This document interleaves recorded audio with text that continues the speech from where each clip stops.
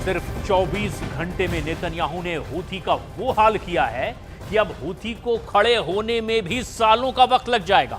महज 2 घंटे में 100 इजरायली जेट्स ने 10,000 बम गिरा करके सना एयरपोर्ट के साथ ही हूथी के बंदरगाह को भी पूरी तरह से तबाह कर दिया है। इजराइल के अटैक में WHO चीफ की भी जान बाल बाल बची।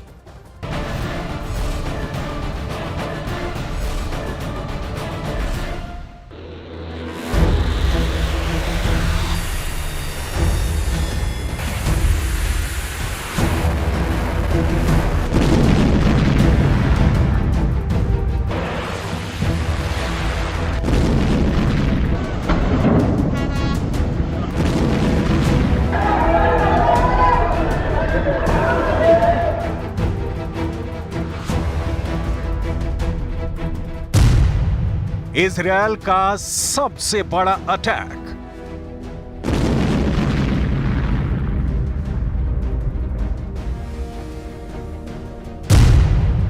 इजरायली बारूद से भस्म हुआ हूथी। 100 जेट से हूथी के ठिकानों पर हमला।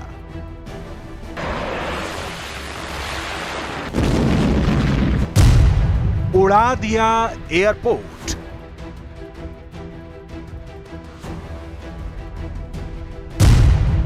बाल बाल बचे WHO चीफ।